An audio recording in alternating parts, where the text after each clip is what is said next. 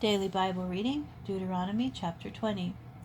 When you take the field against your enemies and see horses and chariots, forces larger than yours, have no fear of them, for the Lord your God, who brought you from the land of Egypt, is with you. Before you join battle, the priest shall come forward and address the troops. He shall say to them, "Hear, O Israel, you are about to join battle with your enemy. Let not your courage falter. Do not be in fear or in panic or in dread of them.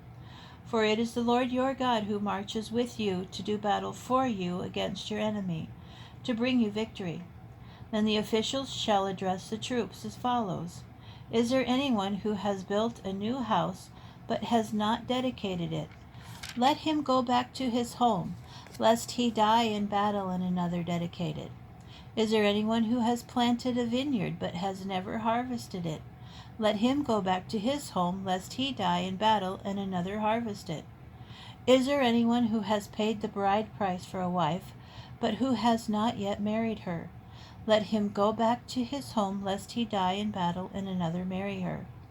The officials shall go on addressing the troops and say, "Is there anyone afraid and disheartened? Let him go back to his home, lest the courage of his comrades flag like his." When the officials have finished addressing the troops, army commanders shall assume command of the troops. When you approach a town to attack it, you shall offer it terms of peace. If it responds peaceably and lets you in, all the people present there shall serve you at forced labor.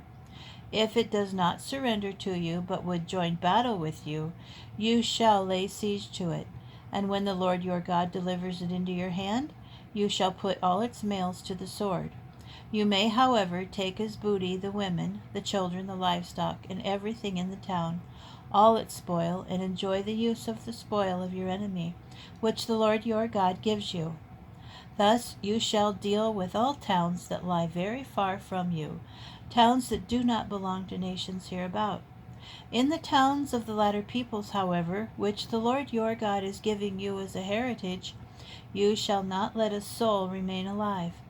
No, you must proscribe them: the Hittites and the Amorites, the Canaanites and the Perizzites, the Hivites and the Jebusites, as the Lord your God has commanded you, lest they lead you into doing all the abhorrent things that they have done for their gods, and you stand guilty before the Lord your God. When in your war against a city you have to besiege it a long time in order to capture it, you must not destroy its trees, wielding the axe against them. You may eat of them, but you must not cut them down. Are trees of the field human to withdraw before you into the besieged city? Only trees that you know do not yield food may be destroyed. You may cut them down for constructing siege works against a city that is waging war on you, until it has been reduced.